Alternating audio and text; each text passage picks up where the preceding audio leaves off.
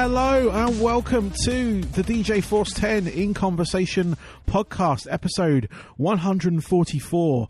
My special guest today is Diamond from the band Tetrarch. They're a band out of the USA. They're currently getting some international press and everything, lining up for their new album that's due out in October, called Unstable. They currently have a single out right now called I'm Not Right. I please go check that out. It's great track, and they've also got their first album available as well called Freak. That came out a couple of years ago, but go check that out as well. Absolutely fantastic. Love speaking to Diamond. It was a great interview. I hope you guys enjoy it as well. Just want to give a shout out to yesterday with Steve Hackett. That was greatly well received. It was absolutely fantastic. And the one with Trapped as well was good. But yeah, we are sort of still going this week. Got one more tomorrow. Got my DJ special tomorrow. So, you know, tune in for that if you're into sort of the world of DJing. I'm speaking to a radio DJ tomorrow. So you get to sort of hear about that sort of side of the industry along with some other bits and bobs that he's up to and everything like that. But yeah, without much further ado, I give you Diamond of Tetrarch. Enjoy.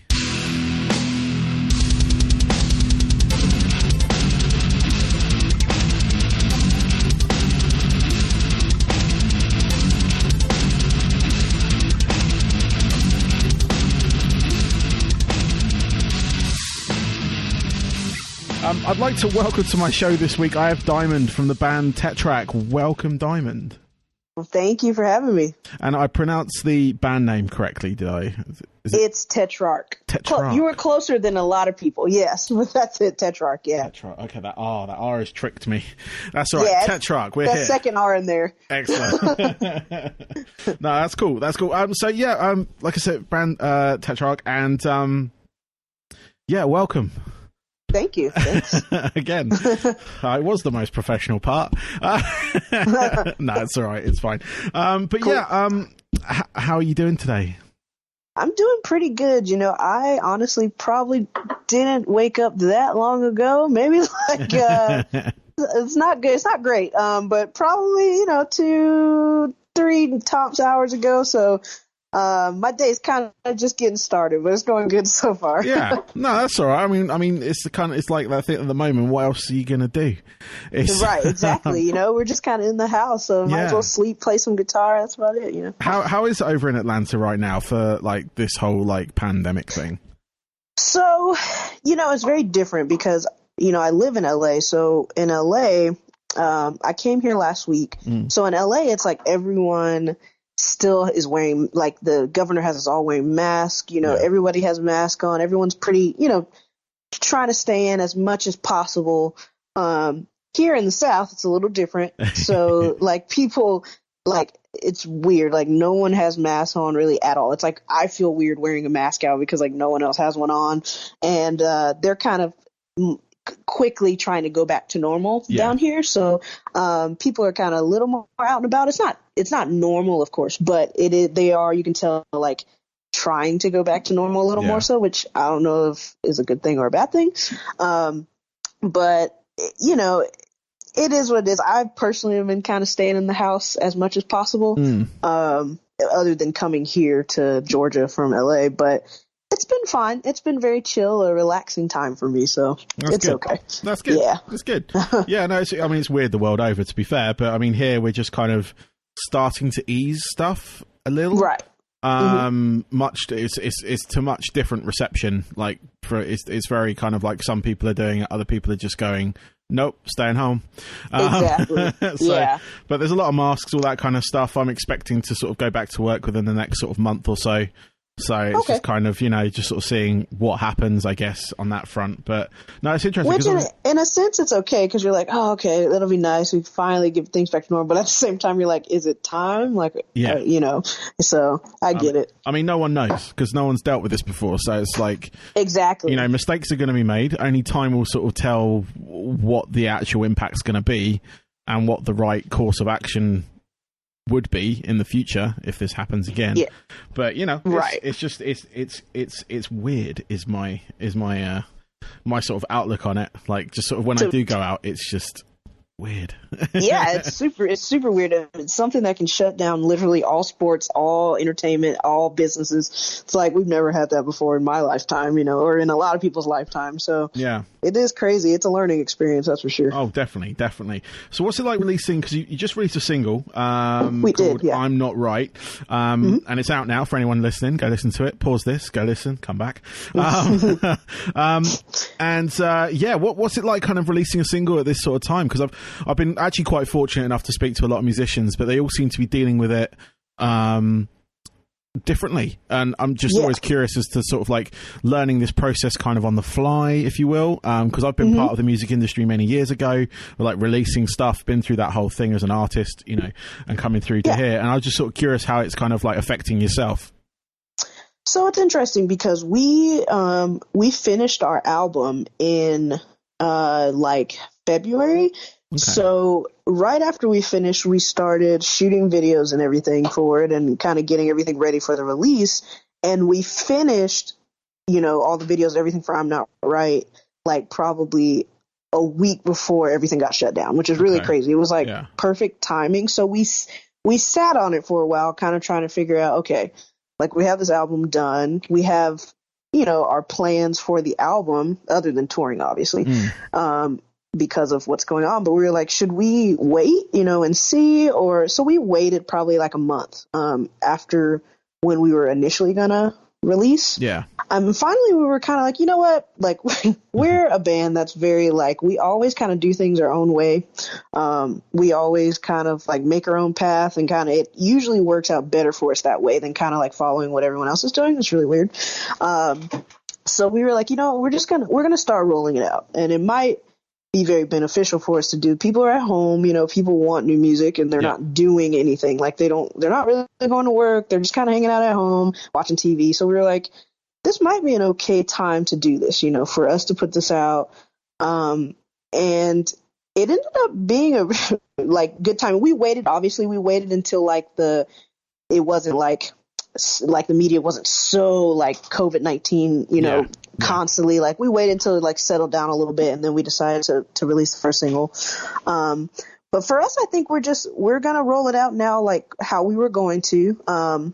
And hopefully, the album won't come out till the fall. Yep. But hopefully, after that, it won't be much time before we can hit the road again. It might still be some months, but like we will have, the momentum of the record already started and going by the time it's time to hit the road, which might be beneficial for us, Yeah. Yeah. No, because I saw you did have your album sort of lined up for that sort of time of the year. Obviously, you've got it done and you actually sat on it and thought about it, which is good, because a lot of bands were kind of in midst of the promotional flow, if you will, with like tours, and then some bands have postponed the release of their records, yet they're sort of like the momentum they've built with promotion has kind of rolled, which is really weird. It's like you'd have to go back to it, if you will. I know, and it was good for us because we hadn't started yet when it all happened, so we were able to at least like sit and think about it versus like being in the middle of releasing things when it happened. That was tough for some bands. Cool. Yeah, no, definitely. Actually, if you wouldn't mind, I wouldn't mind getting a bit of origin on your band, because this is the first I've like heard of you guys. Obviously, I don't know if it's the first time you've had like international promotion done. But I've got like at least 2 of your promotion companies have contacted me regarding you. So good job, guys. I'm glad to know that. Thank you. Yeah, no, just let you know they are doing their job. I had Hold Tight over here, which is obviously your UK publicist, and Adrenaline in the States. Yeah. So they've both hit me up about you guys. I absolutely love the single. I actually went back and listened to your first album because of that. Thank you. And I really enjoyed how was it? Is it Please Let Me? Yeah, track. It's a really good track. Funny story about that. It's actually called Please Let Me Be, but for some reason when Josh was entering it into our distribution, like I guess he forgot the B. So like Josh is like, he's like, oh man, it sounds so like, it just sounds inappropriate now. He's like, oh, it's creepy. So like everyone always comes up to us and they're like, is it, we love Please Let Me. And he's like, oh, but thank you. I appreciate it. Oh, no problem. I also really like Pull the Trigger and the opening track as well, Freak as well, which are both really good. I mean, the whole album's pretty damn solid. And that's why I really wanted to speak to you guys, because it was like, it totally sort of plays into my sound of that kind of like, it has that kind of new metal-esque vibe to it. We got the big sort of like massive riffs, like bouncy riffs and everything. And it just sort of has that element of that sort of darker side of the new metal that I really liked. Yeah, thank you. A bit younger than I am now. But yeah, if you wouldn't mind, if we go back a little bit and just sort of find out where you guys came from, how you got together, all that kind of good stuff. Yeah, of course. So Josh and I actually, strangely enough, we met in we actually met like 7th grade. So we went to school together, and we kind of started. You know, I wasn't really close friends with him, but he. You know, we went to a small private school, so like you kind of know everybody regardless. So I had started getting into like rock and metal and all that kind of stuff. And I'm an all-in type person, so when I get into something, I want to be a part of it. Like I'm not like a bystander. Nice. So I was into it. I was like, oh, I want to play guitar. So I want to be in a band. So like he was the only kid I knew at the school that played guitar, and he jammed with another friend of ours that played drums at the time. And, you know, I wanted to be in their band, and Josh was like, we don't want a girl in the band. You know, keep in mind, we're only like 13 at the time. So he's like, I don't want a girl in the band. But like our other friend that played drums he was kind of like, no, I think we should give her a chance, you know. So like I jammed with them, all was well, you know. I ended up in the band. But Josh and I, we kind of took it from there, and like, you know, we started off playing covers, and then we got serious pretty fast, like as serious as you can be in high school. You know, we loved music. We shared a love of Metallica, who's like our all-time favorite band. And so like we played our first show at 17, you know, with obviously 2 other members that, you know, from back then.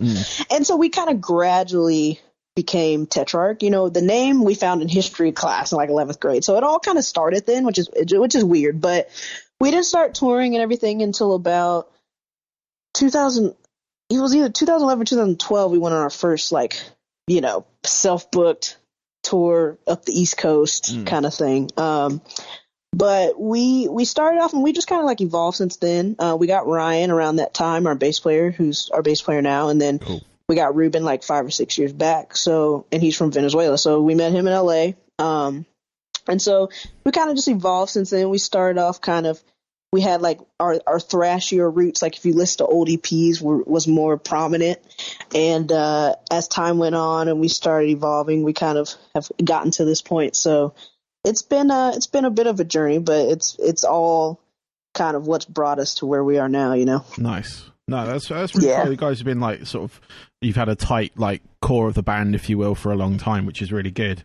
And it really shows in the sort of music that you make. You're not kind of like slapped together, if you will, and sort of, you know, still trying to find your way. You've really kind of got that sound sort of honed in on that front. Thank you. It's really cool. And you mentioned your name. You got it in history class. I did look up the name. Is it after the sort of the tank, or is it something else? So it was after. It's really funny when we learned about it in class. It was like the government. So like the government ruled by 4. Like, and we were kind of like, oh well, you know, there's 4 of us in the band, so like, why not? You know, so we did that. But then as we searched on and on about it, it was like a tank and like a video game company and like all sorts of stuff. But it was initially like the government setup. Cool. Yeah, no, I had that written down in front of me as well. I was just curious which way around it was, because obviously heavy sort of like metal band. You think tank, you know?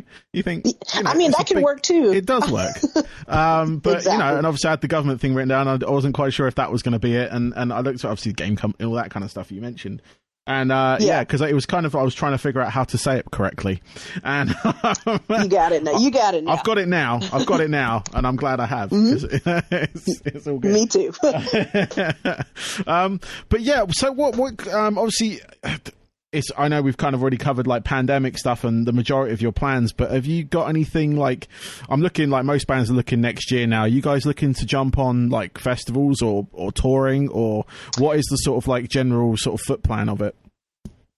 So, you know, no one can really fully know. It's kind of like a day by day thing. You're trying to figure it out. But I know like our agents and all that kind of stuff as soon as we are able, we're going to be out there. Like, because our plans with this album was pretty much to tour every nook and cranny of this world, and it still is. So as soon as we get the okay to be able to play everywhere, we will. We played a lot of festivals this past year, and so hoping to do the same thing next year with the new album and everything. I know everything's being pushed to kind of like summer 2021. So just as soon as we can get out there, we'll be touring relentlessly. That is our main thing, is like, we always know we can win somebody over on stage. That is like, we've been, like I said, me and Josh, we found this band when we were 13. So it's kind of like, we definitely, playing live is definitely like where we feel like we're at our best always. So that's always a priority. So as soon as we can, we will. We're just waiting to hear when we can, waiting for the go. Have you ever toured outside the US before? Because like I said, this is the first time I've heard about you guys, and I was just curious if you'd actually been over here yet, or have I like completely missed you? Like, no, we actually have not. We have not been over there yet, and like that was like one of our biggest priorities of this record, was to get over to Europe and the UK and everything. So we haven't yet, but hopefully 2021 we'll be over there a lot more than hopefully some people would prefer. No, that's so cool. I was just curious because, like, it's like I said earlier, your sound is really, really good, and I think it would play well, especially over here. You get jump on a couple of the festivals or whatever, get some exposure, jump on a tour, start the usual sort of run of stuff. But I think it's a sound that would, like I say, I really dig it, and it feels like it would translate well live because it is that big sound. And like I said, I love that kind of like the sort of like massive bouncing riffs, drums, everything, just sort of like going for it, and it's trying to find the words without kissing ass even more. I just like no you're okay. But I really enjoy the music, and like I say, I'd actually like to see you guys live. I was just sort of like curious if you'd actually ever been over here, because I've spoken to a few bands that I totally missed over here, sort of thing. They crept over here on an opening for a tour and stuff like that, and I totally missed them. But now, I'll make sure when we come over there, so you can't say that you missed us. No, I'm sure the PR companies, like I said, they've been hitting me up about you guys, so it's they're very excited. So I'm sure they'll let you know too. Yeah, excellent. No, that's really cool. I've got a couple of questions left for you, Diamond, if that's all right. These are sort of more about yourself, like a bit more on your sort of like origin side of the things. Like you said earlier, you sort of like went full in on the metal side of things, where you got into like, the rock, the metal bands on that front. But what I want to know are the sort of the 3 albums that really, really had an impact on you, like the one that made you want to pick up the guitar sort of thing, the one that made you want to make music. What were those sort of like? I'm only asking for 3, but what were those albums? Oh man, so I guess I have to throw this one in here because it was the first band that kind of gatewayed me into like rock music. So I would have to say it was like Nirvana's Nevermind. Is one of them, obviously, but I think the one that made like, it's hard because it's pretty much every Metallica album, but second album I would say that like really like inspired me to kind of delve more and more into guitar was probably Master of Puppets. When I think back to being like 12 and 13 when I really started playing guitar, that's kind of the soundtrack in my mind, that record, because it was on repeat all the time. There's so much cool guitar work in it that somebody like me that was learning could really like, you could learn a part from a song and you'd be like, oh man, dude, I just learned that part of Battery, like super sick. So Master of Puppets would be second. And then third, I would probably say, maybe, that's a tough one. If I had to, there's a million, but if I had to pick one, I'd probably say maybe like System of a Down's Toxicity, because I think that was like one of the first heavier records that I bought as well. So probably be those 3 if I had to really narrow it down. But the third one's pretty tough because there's a ton of them. No, I mean, they're all solid albums, to be fair. I mean, Nevermind, it's a classic either way. Master of Puppets, I mean, that's up there with like Metallica's kind of top albums. There's there's a lot of argument and debate over what their top album is, but that is definitely one of them. All of them. I'm just kidding. No, definitely. You know, I love the band through, like, I mean, Justice for All, stuff like that. It's just like going back that far, you know, and then the way they kind of evolved on the Black album, and then, you know, even like the sort of like Garage Days album, like Reissues and stuff like that. It's all, you know, and even Load, sort of going a bit, you know, controversial. Load was good if you look back on it as well. I loved Load and Reload. Like, people give it so much crap, but I'm like, they do. I really like the. I mean, I get what. Here's the thing. Me and Josh talk about this all the time. I understand why, if you were like an avid Metallica fan in the 80s and you're like, listen to Justice and Ride the Lightning, all that, then they come out with like Load and Reload. I can see why you would be like, oh my God. But like, you know, somebody like us who, like, you know, I discovered Metallica and they became my favorite band in 2003, you know, like, at that point I can look at it all as, you know, just, this is all Metallica for me. But like, I guess I get it for other people. Yeah, no, I mean, I was chatting to someone yesterday, and they're a big Metallica fan as well, and that we were just sort of commenting on how, like, you know, they went through these like sort of like evolutions, if you will, and now the stuff they're making is kind of an amalgamation of a lot of that. So you still get that thrash element with their new music, but you also still get that kind of like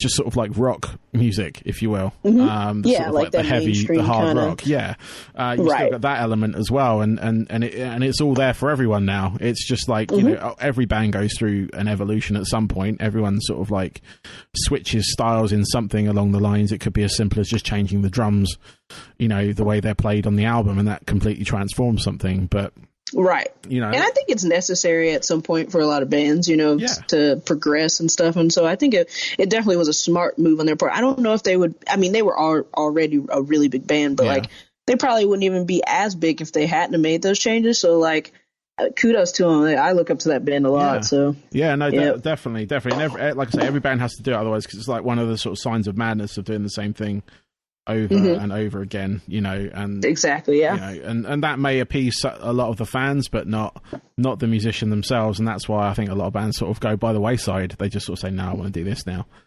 And you lose that band after that point, because they're not allowed to, or they can't. Let's say they're not allowed to evolve. Every artist is allowed to evolve. To some extent, but they're forced kind of into a corner where they don't want to be, so they kind of like escape that corner, you know. I agree. And then people lose that. But System of a Down as well are one of those like bands that just absolutely, like, they were mind blowing the first time I heard them. You know, and honestly, Toxicity, I still think it's crazy. I listened to that record, and as raw as it is, like the guitar tones and everything are so heavy on that record. I'm like, oh God. So it still holds up today. When I listen, I'm like, this is still such a good album. You know, totally. I mean, I still rock like the tracks off their first album, The Club I DJ. And you know, people still know that. You play things like War, you play things like Sweet Pea, stuff like that, and people still know those songs, along with obviously the tracks off Toxicity and what the other ones, Mesmerize. No, was it Mesmerize? And Hypnotize and Mesmerize. You know, tracks off that double album. You know, just there's loads. You know. And they're kind of a band that you want them to get back together, but they don't seem to want to be back together. It doesn't seem it. They seem like it just gets further and further away every day. Oh, totally. Yeah, they just can't get along, you know. Yeah. No, it's crazy, but you know, there's a lot of creatives in that band, I think. So it's just kind of you know, you've got to not tolerate, but learn how to adapt and evolve, I guess, on that front to kind of work with each other. But but Diamond, what my final question for you? What are your hobbies away from music? So when you're not writing and recording with Tetrarch, and you know, doing this sort of stuff, what do you do to kind of like get away from it or unwind? So I'm still kind of teaching myself that at this point, because it's been such a big part of my life since I was so young that it's like kind of the one thing that like I do, and that it's like my identity kind of thing. And I'm like, I still to this day work. I'm like, man, I need a hobby. But one thing I really like to do is I like to fish. Like I like to bass fish a lot and stuff like that. So it's a little harder in like LA, where there's not that many bodies of water, but like here in Georgia, there's a ton. So I definitely like to get out there, and as good or bad as I may be, it's still something that I can do, and like it takes my mind off of, you know, work or Tetrarch or whatever. Yeah. The work of Tetrarch. So like, I would say it's that, you know, it's like fishing is awesome. I love that kind of stuff. I like sports. Yep. I like watching hockey and motocross and like baseball, football, whatever. But I would say 9.8% of my day is dealing with the band, and I wouldn't have it any other way. Like, I enjoy it. Yeah. The ups and the downs, I enjoy it. But if I had to pick one, it would be bass fishing, I guess. Cool. Yeah. So that's good. A bit of fishing. That was something that when I was based over the States, because I was right on the water. A lot of my friends that I made over there do that. They go out, do the sea fishing and stuff like that, and oh yeah, it's fun. Lots of water around there, you know. It's crazy. Yeah, in Florida, yeah, especially. Yeah. So what hockey teams did you follow, and what sort of, like, you know, you got any sort of favorite football teams or anything like that? So I like Colorado Avalanche are probably my favorite hockey team. We don't have a hockey team in Georgia. Yeah. We used to. They used to be the Thrashers, but I think they moved up to like Winnipeg or something. They moved up to Canada. But probably the Avalanche, and then as far as football, like American football, it would be like, I went to University of Alabama, so it would be the Alabama football team or the Atlanta Falcons, which is like my hometown pro football team. Cool. And I guess those would be the main two. I live in LA, so I'm okay with like the Rams or whatever, but for the most part, it's definitely the University of Alabama football team and the Atlanta football team. Yeah. That was something that struck me when I was over there. The sort of like college teams. Yeah. It's big, especially. It was huge. Like, and it's a stand because here we kind of like, you know, with our sort of national pastimes, which is soccer and cricket and things like that. But you know, we don't follow, you know, the university teams. Oh no, you know, we don't follow. You know, it's so different too, because like college football, I honestly enjoy watching it more than pro football. Yeah. I don't know why, but I love it. And I think because like I went to Alabama, University of Alabama, so it's like they don't have a pro football team in that state. Yeah. So the college teams are it's massive there. Like, you know, like the stadiums is huge for college, you know, and so like it's a big thing. So I enjoy the culture of college football a little bit more than even pro. But if you ask Josh in my band, like he is a all sports fanatic, like every sport. He has his team, and he has to watch every game and every second of every game. And if he misses it, he has it recorded, and don't tell him who won. And it's just like, he's like an avid sports fan. I'm like a casual sports fan, but I do really love like the culture around like college football here in America. Yeah. No, I mean, it was fun going to like games over there. I went to a couple of baseball games with the Rays. A couple of Lightning games, a couple of Buccaneers games, just sort of sampled them all really, because they're the sort of like three. I mean, ice hockey we have over here, but it's no way near as big. And the experience you have at those games, for one, just as a sort of like, I'd say a neutral at that point, was just crazy. You know, it was absolutely like the whole spectacle of it. And I've been to like big soccer games here, big cricket sort of like matches here, stuff like that kind of like do draw in the crowds, and they're big and you know, they have quite the spectacle to it. But I've also gone to like the sort of like non-league or bush league, if you will, non-league games. Yeah, you know, the minors, and it's different because there's like 200 people there, and there's like that's it. You know. Oh yeah, and here it's like, I know like with soccer here in Atlanta, we got a team recently, and it's getting pretty big here too. And like a lot of people, like soccer obviously is way bigger in every other country, but like it's starting to grow here in America too. And so we got our team here in Atlanta, and I know like I've been rooting for them. They're actually pretty good.